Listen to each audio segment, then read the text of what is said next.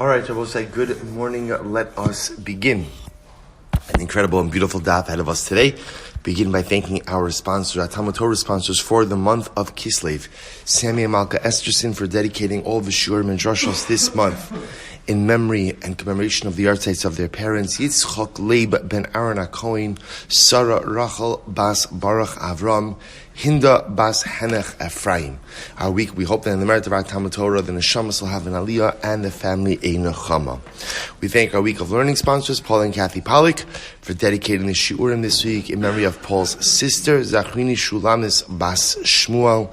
We hope that in the merit of our Talmud Torah, the neshama will have an aliyah and the family a nechama. We thank our Daf Yomi sponsors for today, Hillel Soclof, in memory of his brother Eliyahu ben Avraham Abba, and Yanki and Eliza Statman in commemoration of the yahrzeits of the Yanki's sister Shaindl Stein, Shaindl Yehudis bas Zichron Levracha bas David Yosef.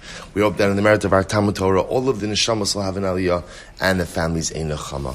And we'll say with that, let us. Did I say yahrzeit? For the shloshim. Did I say? Okay. I will say, so with that, let us begin. So today's daf is Lamed Gimel. We are picking up Emeretz Hashem at the Mishnah on Lamed Beis Amud Beis. It says the Mishnah, bottom Mishnah, second to last Mishnah, I should say. However, the Fnei we'll say a really beautiful Gemara ahead of us today. However, the Fnei B'Yom Tov Shel Rosh Hashana, a person who davens for the Amud on Rosh Hashana. So the Gemara says, Hasheni Maskia. Ultimately, again, the Baal Musaf is the one who blows the shofar. So we'll see why the Mishnah is mentioning this, because this is creating a contrast.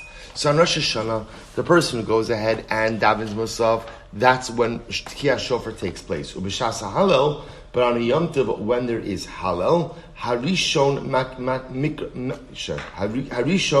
Makreas Hallel. The first person, i.e. the Baal Shachris, davens Hallel. So the Mishnah creating a contrast on Rosh Hashanah. So ultimately, Tkiyah Shofar is done by Musaf, and by Yom Tov when there is Hallel. So Hallel is done by Shachris. It says the Gemara, Maishna Sheni Maskia. Why is it that on Rosh Hashanah we wait until Musaf to go ahead and do Tkiyah Shofar?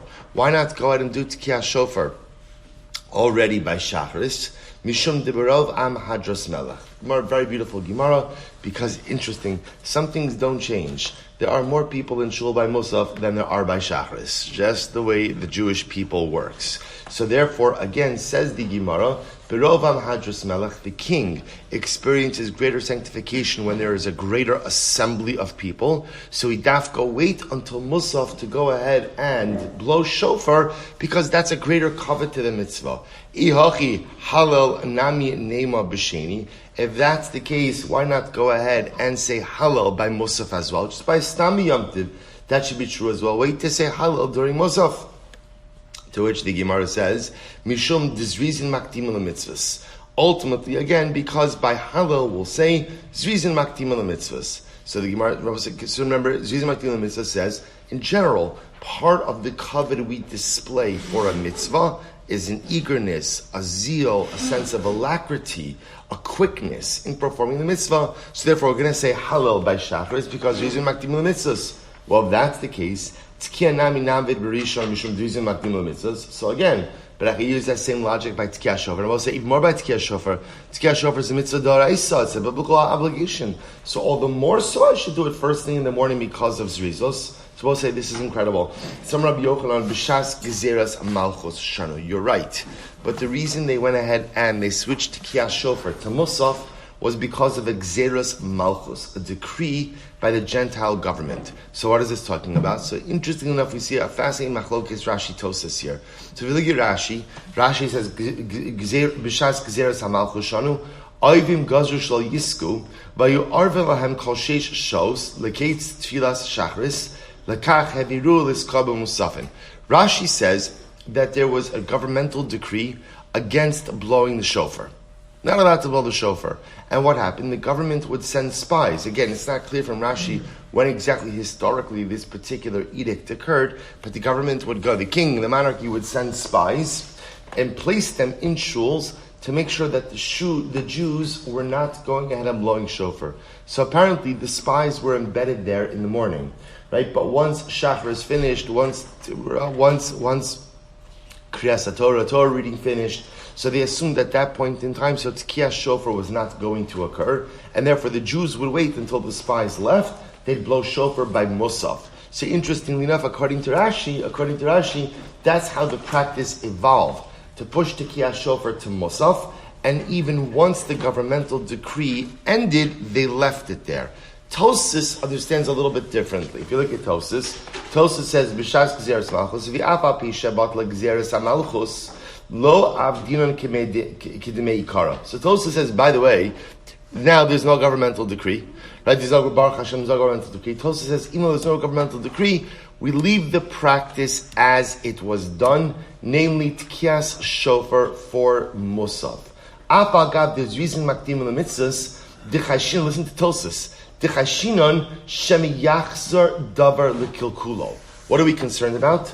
We're concerned that maybe there'll be another governmental decree, right? We're concerned that ultimately, again, perhaps something like this will come up. Which I will say is so incredibly profound that Tosfos highlighting the plight of the diaspora Jew, never knowing what particular enactment is going to be legislated against the Jewish people. So Tosfos says, just leave Tkiyas shofar in Musaf. Now look what he writes. Ol Pirush Yerushalmi nechatfei demefari sham shedamu ha'oivim shenis asfu liskoa truas milchama va'amdu aleim v'hargum ulekach tiknum tkiyos ubrachas b'musaf. So we'll say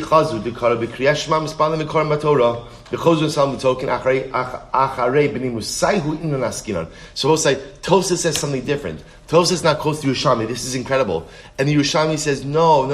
This was a different. This was a result of a different episode. One time, again, no one's clarifying for us when exactly these events occurred. But Tosfos says one time the Jews were gathered in shul. They're blowing shofar. The Gentile authorities mistook the blowing of the shofar as a Jewish call to arms. As a result, Jewish insurgency. As a result, Tosfos points out that there was a massacre. There was a massacre against the Jewish people because it was perceived that the blowing of the shofar was a call to arms against an insurgency. So as a result, Chazal stood up and they moved Tkiyas shofar to Musaf. Why to Musaf? Because this way, when the Gentiles around us see that we're davening, right? They see Shachris, they see Kriyas Torah, they'll understand Tkiyas shofar is a part of tefillah and not a call to a revolt. So interestingly enough, a little bit of a different approach between Rashi and Tosfos, right? Rashi telling us that we moved it to Musaf as a result of a governmental decree against Tkiyas shofar to avoid spies or things like that. We just pushed it to later on in davening. Tosfos says it was a result of a massacre against the Jewish people. As a result of thinking that Tkiyas shofar was a call to arms, we moved it to Musaf. Therefore, everyone sees that it's a chelik of tefillah. Either way, what's fascinating, both according to both Rashi and Tosfos, is that halacha l'maaseh, even though the decree or the concern is no longer here, the practice remained of leaving Tkiyas shofar in Musaf, even though zrizin makdimin lemitzvahs would normally require us to do it first thing. So what says Kavach in the Gemara?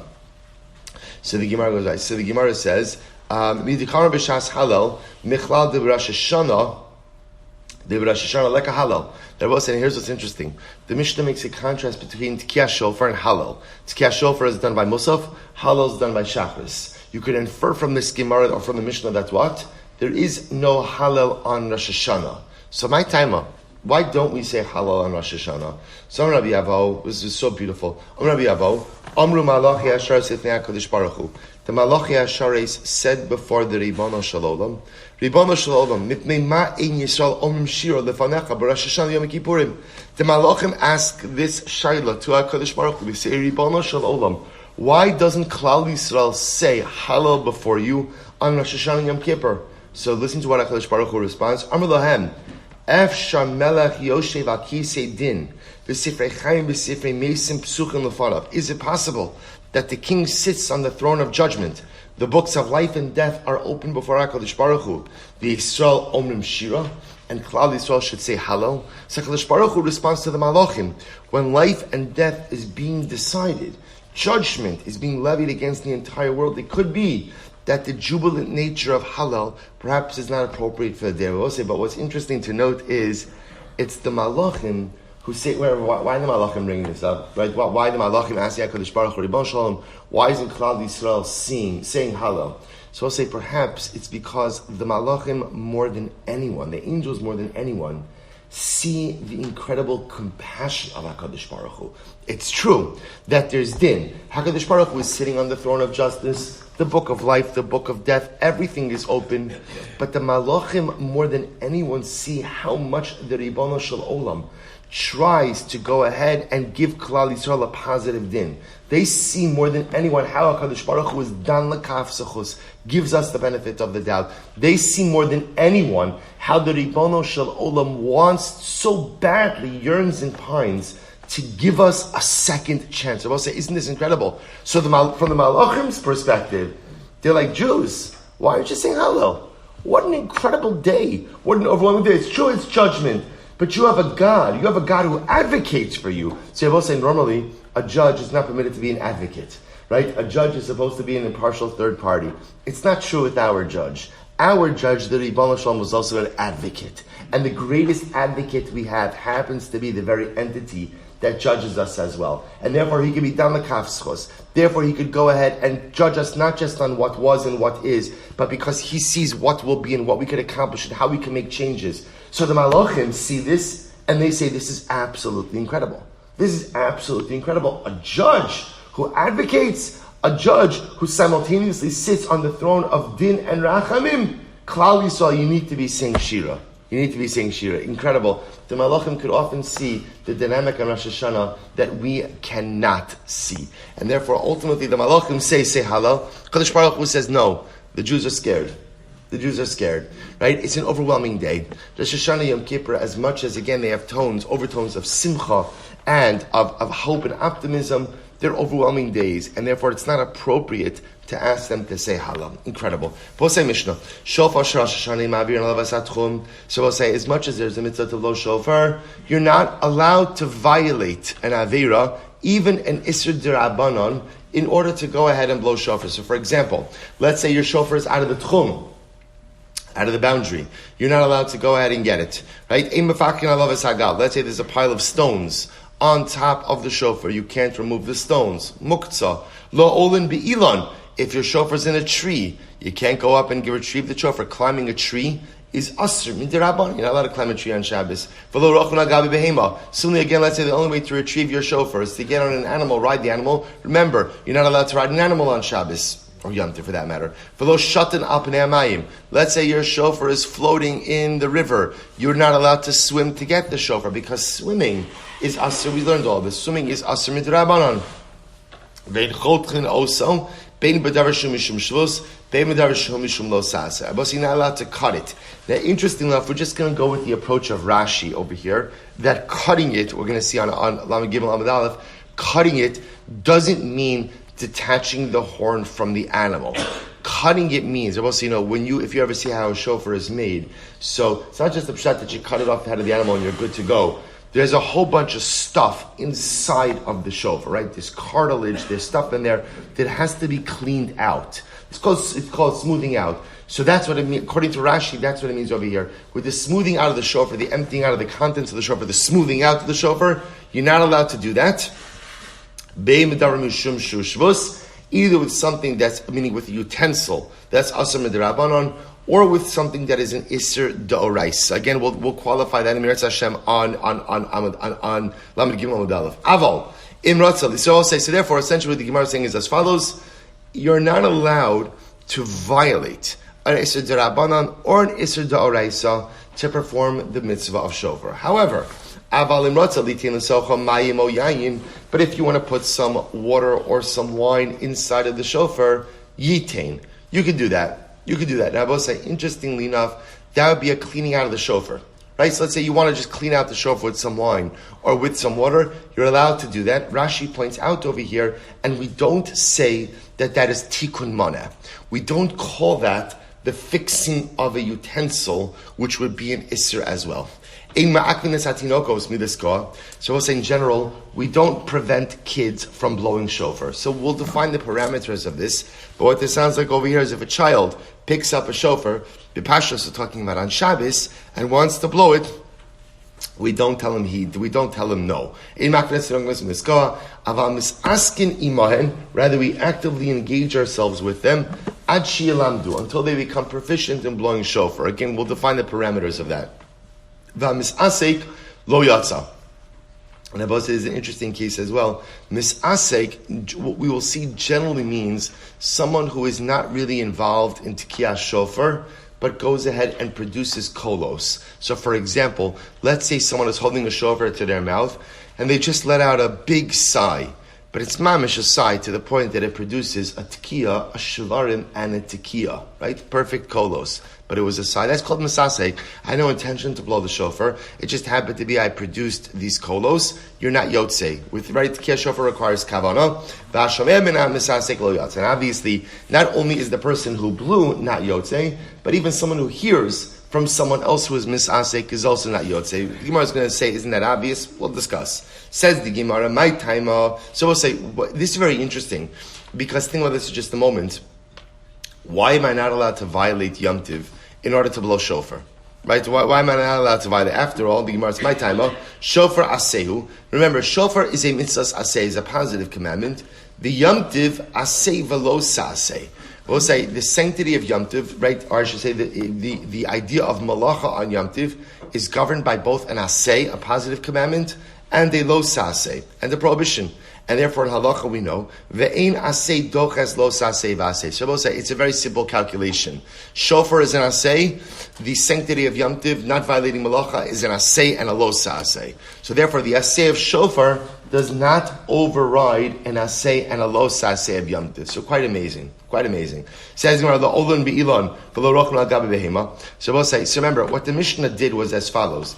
The Mishnah essentially tells us that you're not allowed to violate a daraisa, and then in order to blow shofar, because again, that's what the first line of the Mishnah is talking about over here, right? Shofar is an aseh, a mitzvah aseh daraisa. Yom Tiv has an aseh, a lo saseh daraisa. Therefore, you can't violate Yom Tiv to fulfill the mitzvah of shofar. So now, after that, what does the Mishnah do? The Mishnah goes through a list of rabbinic malachos that you're not allowed to violate in order to blow shofar. Says the Gemara, I don't understand. Hashta. Last line. Hashta drabanan amrit lo doraisa miboy. Shabbos say, I don't understand. If you're already telling me that you're not allowed to go ahead and violate the rabbanans, doesn't it go without saying that what? You can't violate the doraisa? To which the Gemara says, you're right. Zu ve'in tzarech lomar zu katani. But say sometimes stylistically, the way a Mishnah is set up is that a Mishnah ultimately again will include. We'll say zu, we'll say a. And of course, it goes without saying B. So in this case, again, the way the Mishnah is set up is you can't violate Isurei Dirabanan in order to go ahead and blow shofar. And all the more so, even though it doesn't require any mention, you can't violate biblical law as well. Incredible. Top of Lamed Gimel. Bein chotchin also, bein bedavar shum mishum shvus, bein bedavar shum mishum lo sasa. So both say, and again, so the Mishnah said, in chotchin. Now this is where Rashi, look at top Rashi, Lamed Gimel, Amud Aleph. Rashi says, in chotchin also, in bala takno. See, as I mentioned before, according to Rashi, chotcho doesn't mean you're detaching it from the animal. Chotcho means you're cutting away, right? You're smoothing out the shofar. So Rashi says in bala sakno, lo bedavar shumishim shvus, kli she'ein darko lachtoch bo shofro. So both says we're going to see as follows. So the Mishnah said you're not allowed to smooth out a shofar, neither with a utensil that's normally used for this purpose, in which case it would be an Isser Daraisa, or with a utensil that's not normally used for this purpose, in which case it would be an Isser Derabanan. To which the Gemara says, which utensil is which? Here we go. Mishum Shavos Magla. Shavos say, for example, when would it be an Isser Derabanan if you were to use a sickle? So if you were to use a sickle to smooth out a shofar, why is that an Isser Derabanan? Because that's not the normal way you smooth out a shofar. So say any time on Shabbos or Yom Tiv, you do a malacha in a non-normative way, you relegate you relegate that malacha to a dirabanan. So therefore, if you were to go ahead and smooth out a shofar with a sickle is not the instrument or the implement that's normally used for this. Therefore, if you were to do it, it'd be an Isser Dirabanan. However, lo saseh, when would it be an Isser Daraisa? Sakina, a knife. A knife. So a knife is normally used to smooth out a shofar, a sickle is not. So therefore, the Mishnah says, if you were to use a knife to smooth out a shofar to ready it for use on Rosh Hashana, it'd be an Isser Daraisa. If you were to use a sickle, it'd be an Isser Dirabanan. So it says the Gemara. So we'll say, so remember again, what's the theme of the Mishnah? The theme of the Mishnah is, all I have at my disposal is an unfinished shofar. Has to be smoothed out. So the Mishnah says, you can't smooth it out. And you can't smooth it out with a sickle, that's an Isser Dirabanan. And you can't smooth it out with a knife, that's an Isser Daraisa. So once again, the Gemara asks, Hashta mishum shavus amrit lo sasa mibai. So I'll say, once you tell me that I'm not allowed to violate an Isser Dirabanan, i.e., smooth out the shofar with a sickle, doesn't it go without saying that what? That I can't smooth it out with a knife, that's an Isser Daraisa? Once again, zu vein tzarech lomar zum katani. Both say, so we once again see the style of the Mishnah is what we call a zu vein tzarech lomar zu model. We say one thing, and even though you don't need to say the second thing, we say it anyway. So you're right. Once you tell me that I'm not allowed to violate an Isser Dirabanan for the sake of preparing the shofar, it goes without saying that what? That I can't violate an Isser Daraisa, but the Mishnah says it anyway. Beautiful. Avalim rotza litain l'socho mayim o yayin yitain. I will say, but the Mishnah did say that if you want to place wine or water in the shofar. Now remember, why are you placing wine or water in the shofar? To clean it out. But you're allowed to do that because that's not called tikkun mana. That's not called fixing it. So the Gemara says, mayim o yayin in, meiraglayim lo. You could use wine or water, but not urine. Not urine. You may also have difficulty finding a baltokea, right? If you go ahead and keep urine in the shofar, but again, different discussion. Says the Gemara, masnisin money. So whose opinion does this reflect? Abba Shalhi. So we'll say, so what's the issue, technically speaking, with keeping urine in the shofar? You're allowed to put water, so we'll say it would have been common to wash out the shofar. Just after a certain amount of use, you would wash out the shofar. So water or wine is fine. Urine is going to be asr because that is considered to be a degradation of the mitzvah. So what the Gemara suggests over here is as follows. So again, remember, what's important for us is that even though putting wine or water through it is for the benefit of the utensil, it doesn't qualify as even an Isser Dirabanan of tikkun mana, of fixing something. Therefore, it's permitted. Good. We'll say now an interesting piece. We do not go ahead and prevent children from blowing shofar in Rosh Hashana. Right? So if a child, and I will say this is obviously talking about on Shabbos, so if a child wants to go ahead and start blowing the shofar, we don't stop them from doing so. So the Gemara makes an amazing observation. The Gemara says, Ha-nashim ma'akvan. It would appear that if a woman were to want to blow shofar on Rosh Hashana, Shabbos, then we would stop her from doing so. So we'll say, now watch this. This is fascinating. Vatanya, ein ma'akvin loas hanashim loas hatinokas muskal biyamtiv. So that says, whether women or children want to blow the shofar on Rosh Hashanah, Shabbos, we don't stop them from doing so. So how do you reconcile that with our Mishnah, the Mishnah only says, by children you don't stop them from blowing, but by women you would. So what's the pshat? Let's listen to this. Rabbi Lokashya, Ha-Rebbe Yehuda, Ha-Rebbe Yosef, Rabbi Shimon. I will say this comes down to a fascinating machlokes. I will say before we go on, take a look at Rashi. Why would you stop women from blowing shofar? In other words, what's the problem here? Rashi says over here, Hanashim ma'akvin dipturos legamre the mitzvahs asay shazman gramahu v'chitaki ika baltosif. I will say we are about to enter into a fascinating, riveting machlokes about as follows. Everyone agrees with the following halacha, which is women are exempt from mitzvahs asay shazman grama. They are exempt from any time-bound mitzvah. The shaila is, what are the ramifications of that patur, of that exemption? Does that mean they're patur, but if they want to do it, they certainly can?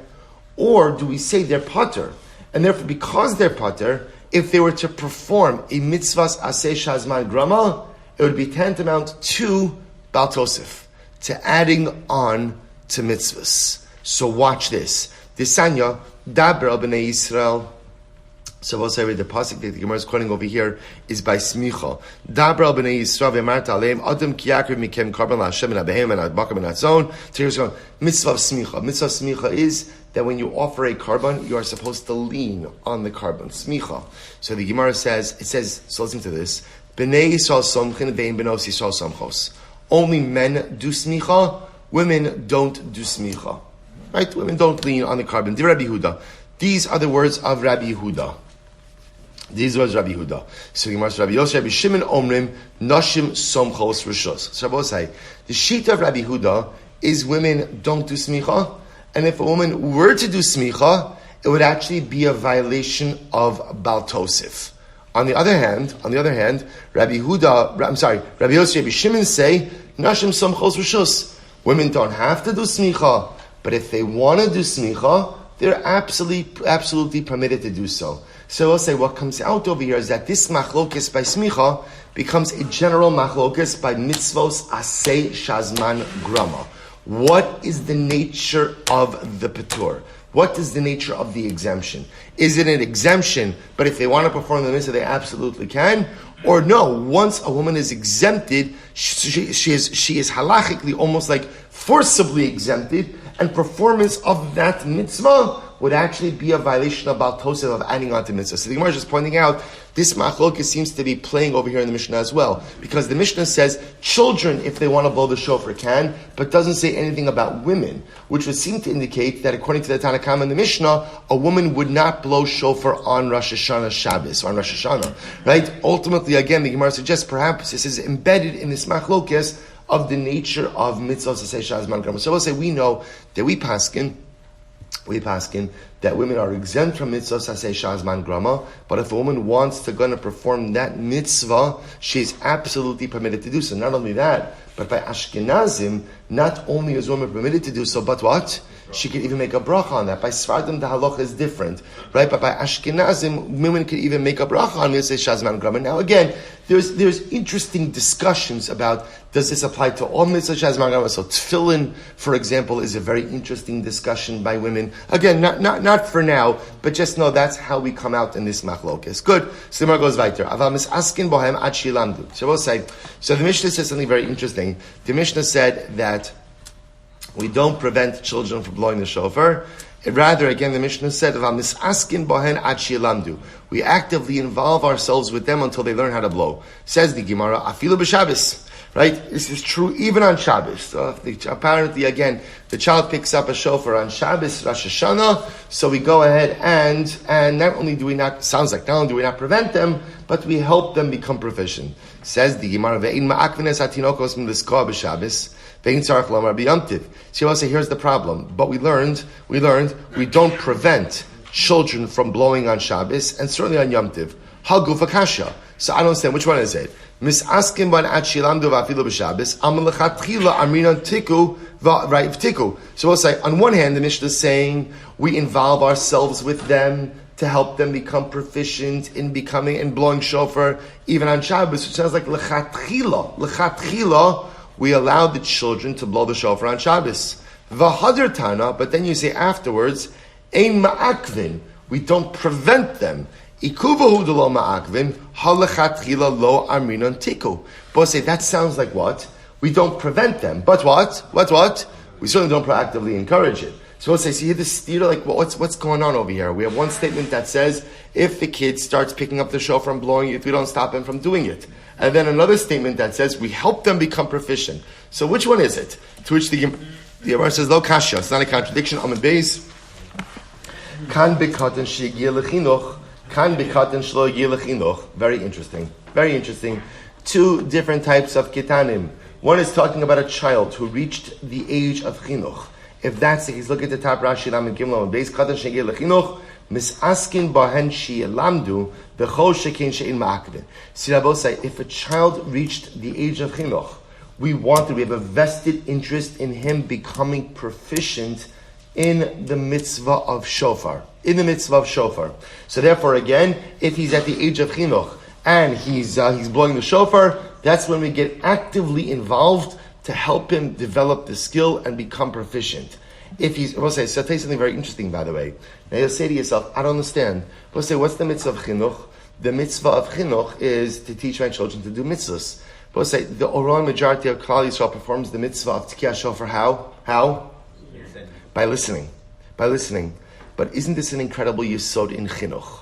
Part of the key of chinuch in Yiddishkeit is to teach our children not to be spectators in Judaism, but to teach them to take an active role in Yiddishkeit, to teach them to take an active role in their spiritual development. You see, the mitzvah of chinuch, says the Gemara, is not teaching your child to listen to Tikiyah Shofar. Isn't this incredible? The mitzvah of chinuch by shofar is to teach your child to blow the shofar. Whether or not my child is going to go ahead and become a Baal Tokeya or not is irrelevant. That's the nature of the mitzvah of chinuch. Rabbi says, you'll say to yourself, I don't understand.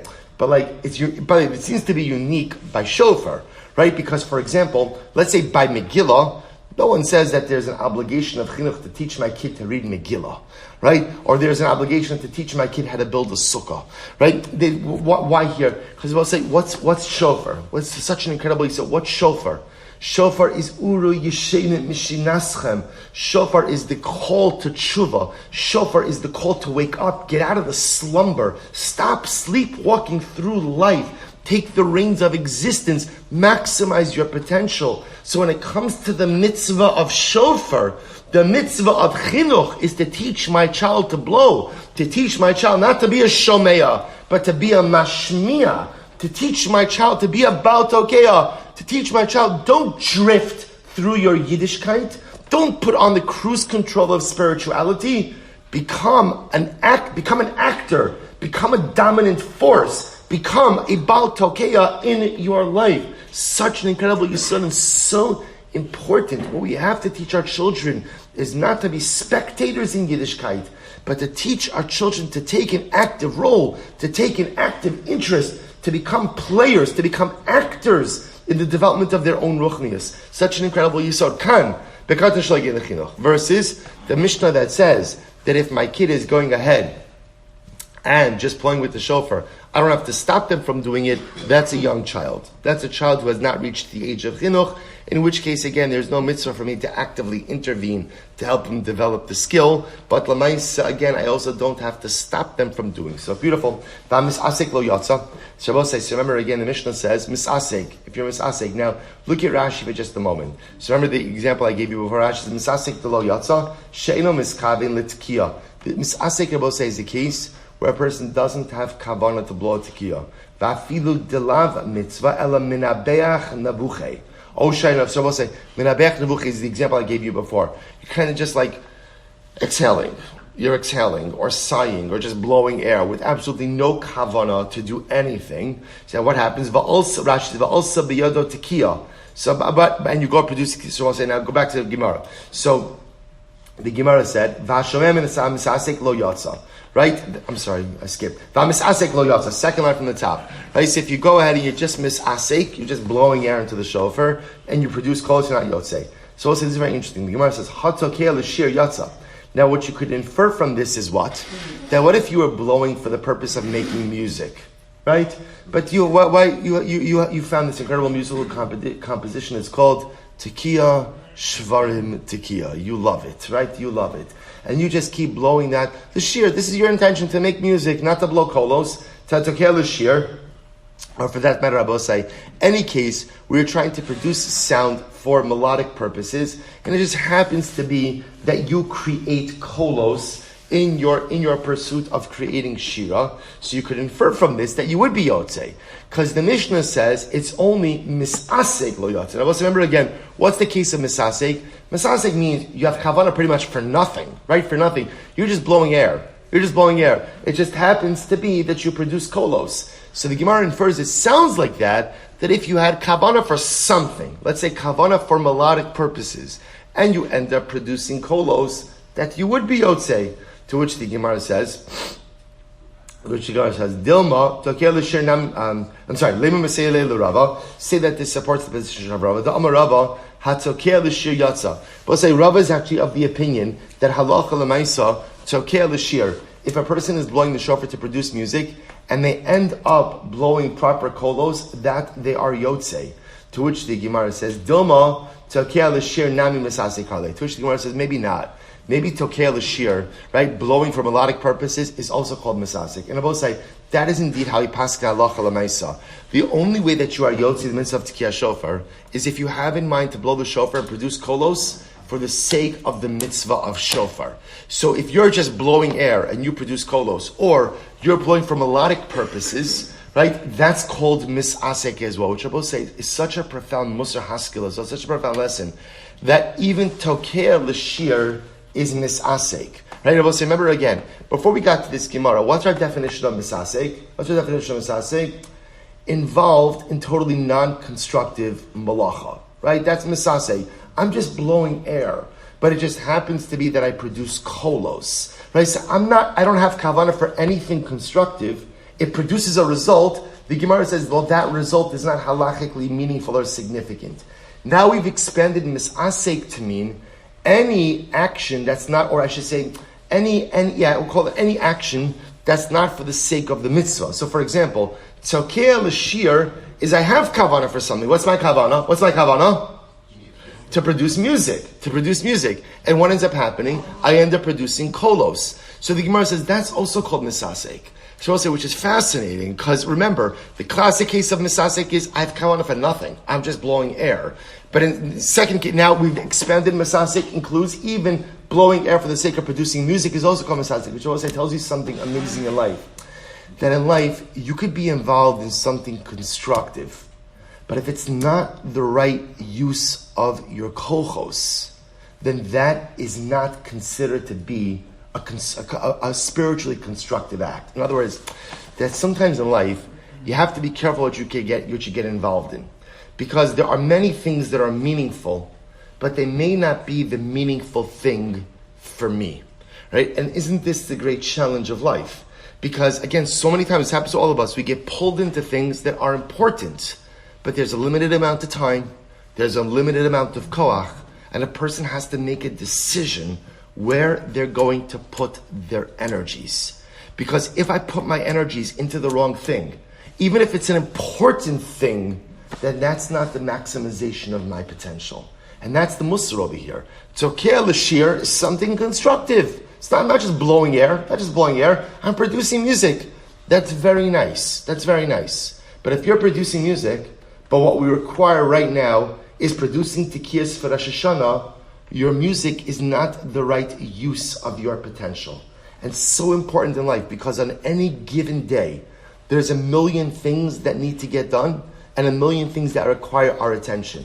And how often does it happen that a day goes by and you realize I was busy the whole day? Let's say, how often does it happen that I'm busy, but I don't feel accomplished? I'm busy, but I don't feel accomplished. And I think often if we unwind that, we unpackage that, that's because I'm often busy with the wrong things.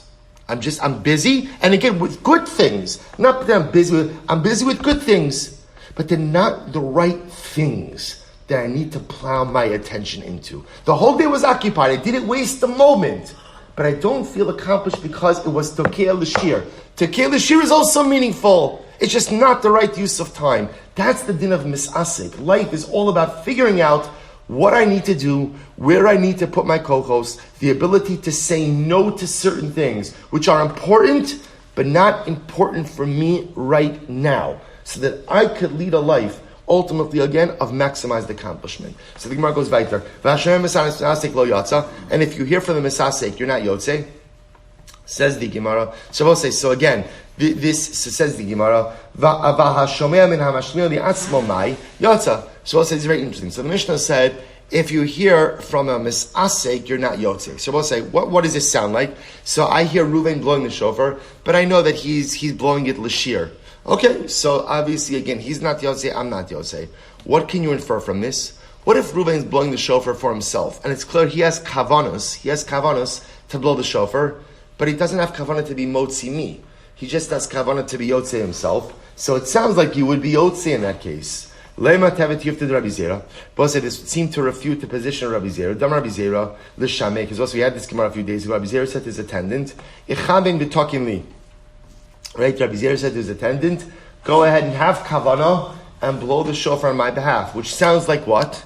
In order for someone to be motzi me, the blower, the Baal Tokea, has to have explicit kavanah to be motzi me. So Dilma, I did the Tana Reisha Misasek, Tani Seifa Nami Misasek. The Gemara says you're right. It could just be the Mishnah used Misasek as a lashon just to preserve Mishnaic symmetry, but doesn't really mean Misasek. So both say, so in other words, halacha lamaisa, and this is halacha lamaisa.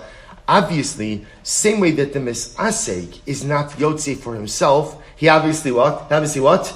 Can't be motzi someone else. Can't discharge someone else's obligation. But I will say, but again, even more than that, if somebody has kavanah to be motzi themselves, but doesn't have kavanah to be motzi the listener is not yotze either. We did this sugya before, right? This was the shliach tzibur Baal Tokea, the personal Baal Tokea, good. But let's say Mishnah. But let's say now we get a little bit into the halachos of Tekiyah Shofar, quite beautiful. So Seder Tekiyah, shalosh. So both say that the Seder of Tekiyah Shofar are 3 sets of 3 sounds. We've already established before, we pass like Rabbi Akiva. Remember that what? We blow shofar during Malchios, Zichronos, and Shofros. So 3 blowings, right? 3 blowings, and each of those blowings is comprised of 3 sounds. For a total of 9 kolos. 9 kolos. We're going to see Midda Oraisa. I know what you're thinking, 9, we blow 100. So remember again, we'll discuss how we get to that 100. But Midda Oraisa, all you need is 9 sounds. So that's the shalosh. Shir Tekiyah. How long is a Tekiyah? Kishalosh truos. A Tekiyah is like 3 truos. Now I will say, we're going to have to see what that means, because that is 1 long Tekiyah. Right? 1 Tekiyah is like, we'll see what that means in the Gemara. Shir Trua, Kishalosh Yevavos. The shir of a trua is like 3 yevavos. Now both say yevava we're going to see is a cry. But we're going to see this machlokes as to what crying means exactly. We've seen this case so many times. So remember again, the way it's going to work, right? What are the 9 kolos that you need midaraisa? It's very simple. Tekiyah, trua, tekiyah, trua, tekiyah, trua, tekiyah. That's it. That's what you need. So we've seen this case before. So I have a great idea. Right, I'm up to the first set. I brought Tekiyah, Trua. I'm up to the last Tekiyah of the first set. I have a great chap. Save a little bit of time, right? I'm going to blow a double Tekiyah. That way, it can take care of my last Tekiyah of the first set and what? The first Tekiyah of the second set. We've seen this before already. So the Gemara says, In biyado ela achos. No, doesn't work. That's only going to be considered as what? 1 Tekiyah. 1 Tekiyah. As well, so we've seen already in the Gemara, Chazal have a lot of power. What they can't do, however, is to take 1 long sound and make it into 2. Misha berach be'achar kach nismar ala shofar. We'll say, what happens if during Musaf you didn't have a shofar? During Musaf, it means Misha berach, right? Somebody daven, they daven Musaf already, and they don't have a shofar. Be'achar kach nismar ala shofar, and then you get a shofar after davening. So tekeya umaria b'tokea shalosh pamim.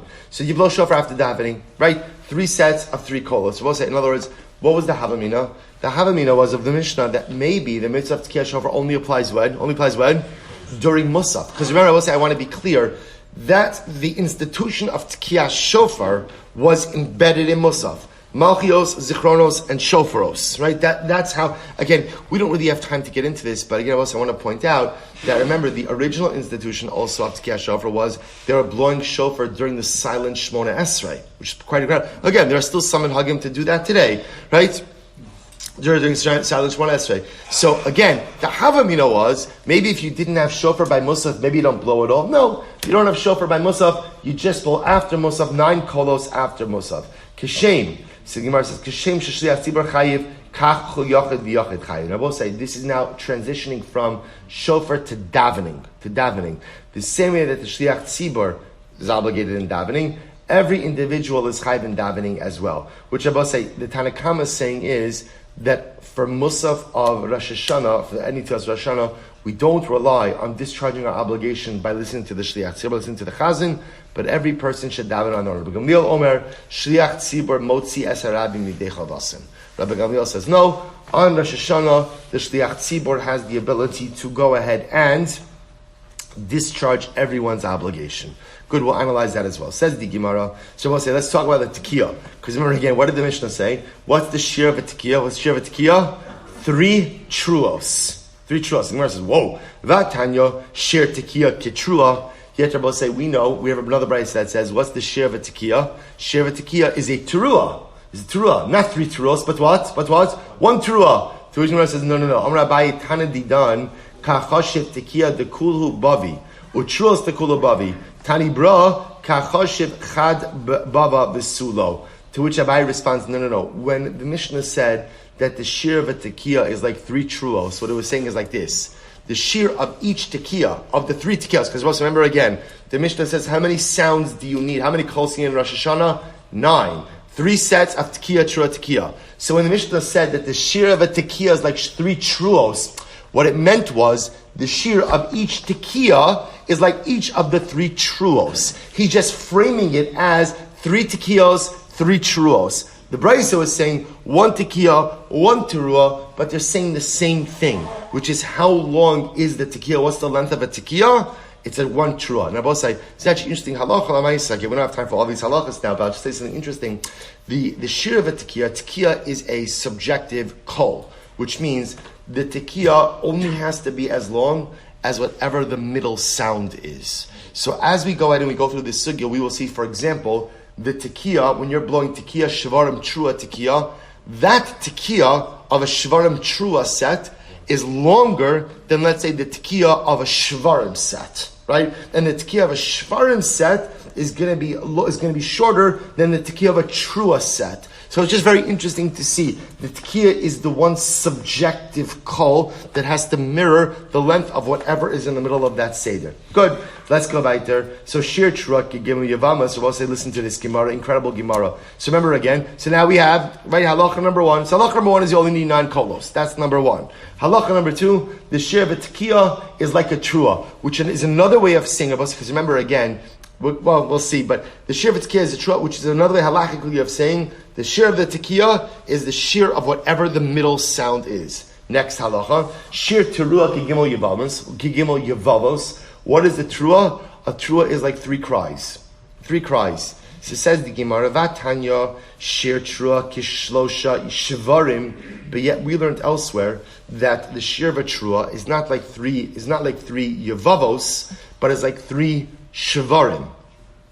Okay, so what's going on over here? So it says the Gemara, listen to this. This is a machlokes. I will say this is such an incredible Gemara. The shir of a trua is subject to a fundamental machlokes. Tichsiv yom turah yelachem. Torah says when it comes to Rosh Hashana, calls it a yom trua. Umetar gaminon. And I will say, how do we translate the word trua? Yom yevava. Then I will say, what does yevava mean? Yevava means a cry. A cry. So the Gemara says, Yom levava yevava yulachon. Uksiv, I will say, now, how do we define yevava? Uksiv bi'imei de Sisra. And I will say, it says about the mother of Sisra.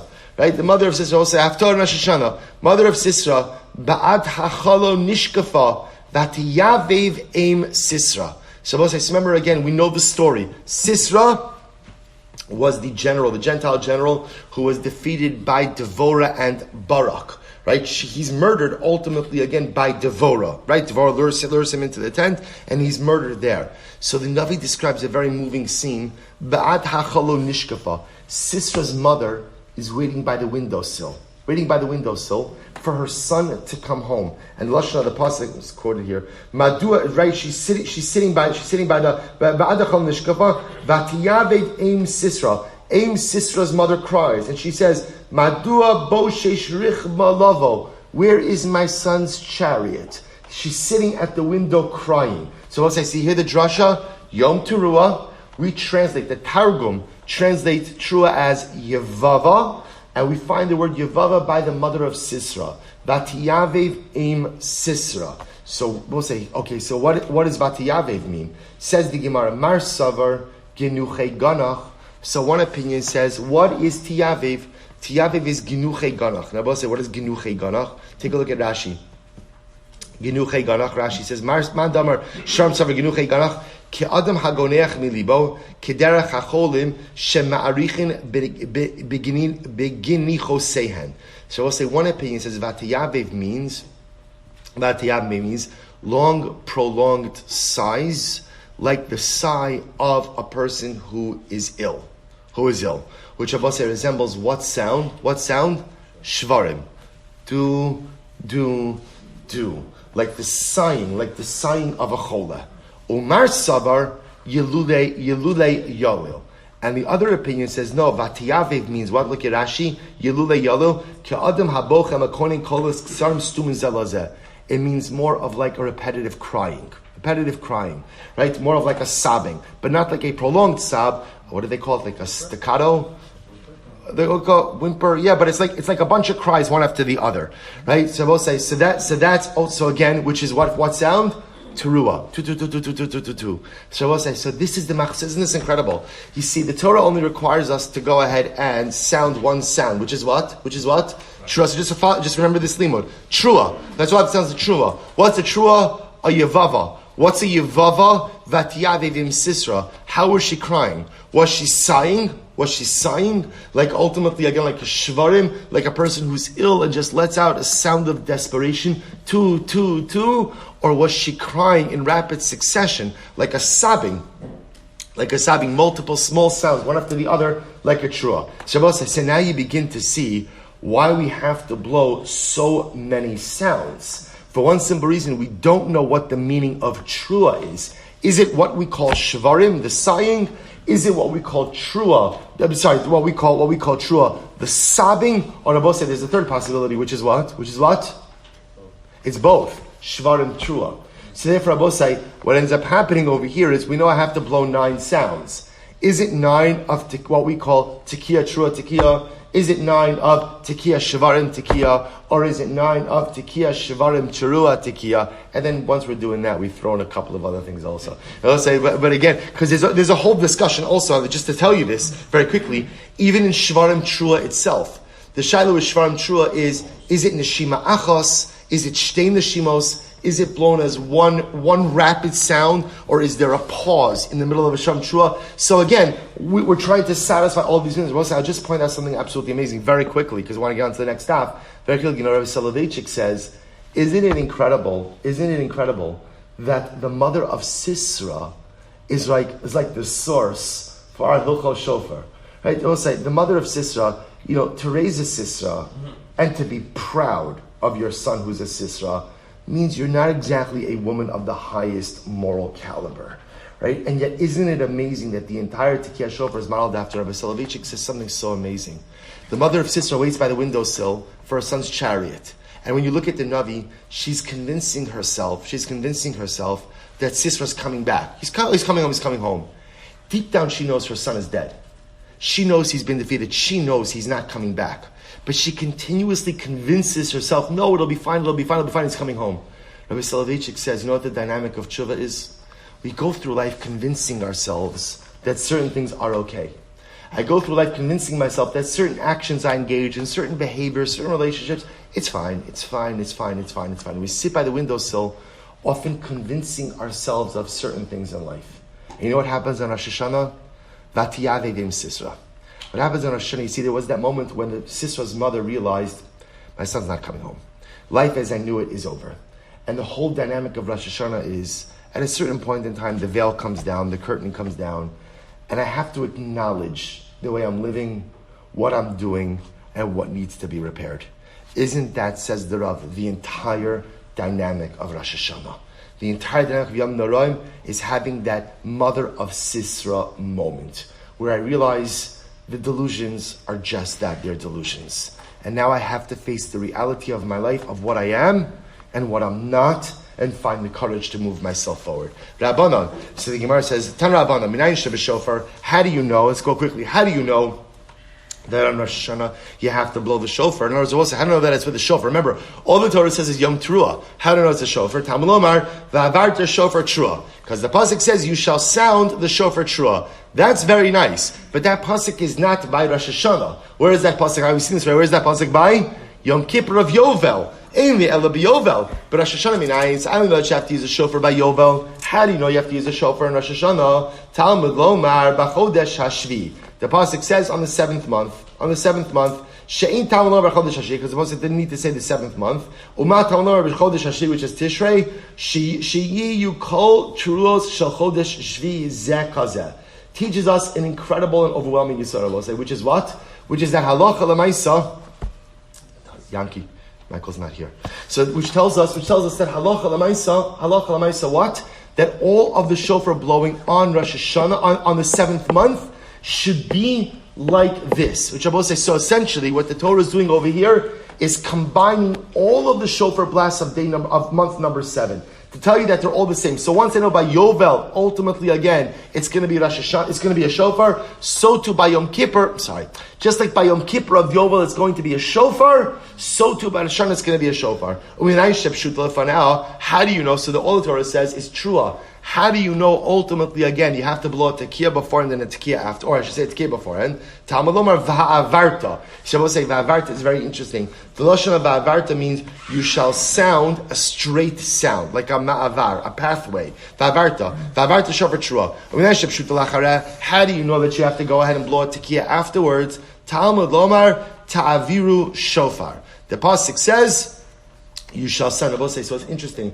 The lashon of ta'aviru, the Gemara understands it means tekiah, a straight sound. Ve'inli ela b'yovel. Now I only know that this is true on Yovel. So we'll say, so remember again, remember, how do I know that on Rosh Hashanah we blow a shofar? Where do I know that from? Where do I know that from? From Yovel. The Torah says use a shofar on Yovel. And the Torah says an extra chodesh hashvi, 7th month, to teach us that any blowing that happens on the 7th month, Tishrei, is done with a shofar. So the Gemara says, furthermore, I only know by Yovel you have to go ahead and blow a tekiah before the Truah and blow a tekiah after the Truah. So it says the Gemara, Rosh Hashanah minai, how do I know that I have to blow a tekiah before the Truah and a tekiah after the Truah, even on Rosh Hashanah? Talmud Lomar b'chodesh hashvi. The pasuk says in the 7th month, top of Lamed Daled, Shein Talmud Lomar b'chodesh hashvi. You didn't need that phrase at all. Umat Talmud Lomar b'chodesh hashvi. Why does it say on the 7th month? Shiyu kol truas hachodesh hashvi zeh. To teach us that what? All shofar blowing on the 7th month is the same. So also, what's really fascinating over here is a lot of the mechanistic details about Tekiah Shofar are going to be learned from Yovel. But once I have them by Yovel, then what? The extraneous phrase Bachodesh Hashvi'i allows me to apply all of the halachos of Yovel to Tekiah Shofar of Rosh Hashanah. Uminayin l'shalosh, shal shalosh, shalosh. And I will say, remember again, the Mishnah told me, what do you have to do for Tekiah Shofar? 3 units of 3 sounds each. Tekiah, trua, tekiah, tekiah, trua, tekiah, tekiah, trua, tekiah. How do you know that? So the most is Talmud Omar, va'avarta shofar trua. So number 1, va'avarta shofar trua, Shabbason zichron trua, Yom trua yelochem. I will say the Torah says trua 3 times. So from here I know that you have to blow 3 truos, and I've already learned that what? There's no such thing as blowing a standalone trua. If you're going to blow a trua, what does it require? What does it require? A tekiah before, a tekiah afterwards. That gives me 9 sounds. Here's the problem. Some of the truas are written by Rosh Hashanah. Some of the truas are written by Yovel. All of the tekiyas are written by Yovel. How do I know that I could combine all of these halachas together? Again, Talmud Lomar, Shvi'i l'gezer shava. Both say Shvi'i teaches me a gezer shava between Yovel and Rosh Hashanah. So the Gemara says, Hag Ketzad. HaKetzad, Shalosh Shein Teisha. Shir, so the Gemara says, how do we know this? This is 3 sounds, 3 truos, which in reality are really 9 sounds, because 3 truos, each which require a tekiah beforehand, are going to give you a total of 9 sounds. Shir tekiah kitrua, the shir of a tekiah is like a trua. Shir trua kishalosh shvarim, and the shir of a trua is like 3 shvarim. So the Gemara says, I don't understand. Hai tana meikara maisila be'akesha. I will say, when we originally started this, we started learning this out. The limud began with a hekish. I will say hekish is a comparison between Rosh Hashanah and Yovel. And what ended up happening? V'hashta ma'isle l'gzer shava. Then you made a gzer shava of shvi. So I will say, remember again, these are 2 different exegetical principles. So which one is it? Is it a hekish or is it a gzer shava? Hachikar Mazura means to say, ilav gzer shava hava ma'isina behekesha. If I didn't have the gzer shava, which is even better, I could have learned that from a hekish. Hashta the asya gzer shava hekesh shalotzarach. But now that I have a gzer shava, ultimately I don't need a hekesh. Beautiful. V'hai tana ma'isla gzer shava midbar. Shabbos said there's another tana that learns out these halachas from a gzer shava to the desert. Watch this. Tisanya, because we learned utekatem trua. You will go ahead and you will blow the trua. So we'll say this is talking about when they will blow the trua to have the camp move, to have the camp travel. Utekatem trua. Tekiah b'fnei atzma, u'trua b'fnei atzma. right? You blow a tekiah by itself and a trua by itself. So the Gemara says, Ata Omer tekiah b'fnei atzmo, trua b'fnei atzmo, o eino elo tekiah a trua achasi. Maybe tekiah and trua are all the same sound, one long sound. Kishu Omer bahakil esakal tisko v'lo tariu. They will say the fact that sometimes you blow a tekiah and not a trua, and sometimes a trua without a tekiah indicates to us what? They are separate and distinct sounds. Havi Omer tekiah b'fnei atzma or trua b'fnei atzma. These are separate and distinct sounds. Uminayin shepshuta lefana. How do you know that for a trua you blow a tekiah beforehand? Right? Tamlomar utekatem trua. Uminay shepshuta lachara. How do you know that the trua requires a tekiah afterwards? Talmud lomar trua yisku. All right, so we'll stop over here for today. But as we're going to see again, although the primary limud comes from the Gzera Shava of Chodesh Hashi from Yovel, we're going to see other Tanoim ultimately have other proof texts for this. So we'll stop here. Emir Hashem, our goal is tomorrow to finish the Masechta. Emir Hashem, B'Shatov Mitzlachos. Hold on, Emir Hashem. 5:45. 5 o'clock. No, 5:45. We'll do it, Emir Hashem. Shach Avosai.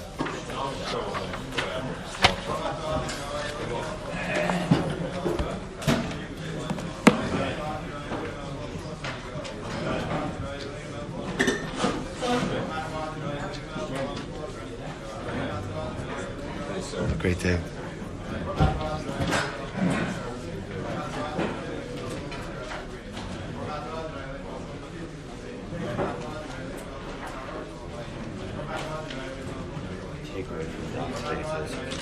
That's my context. I heard the words happen. I heard it happen.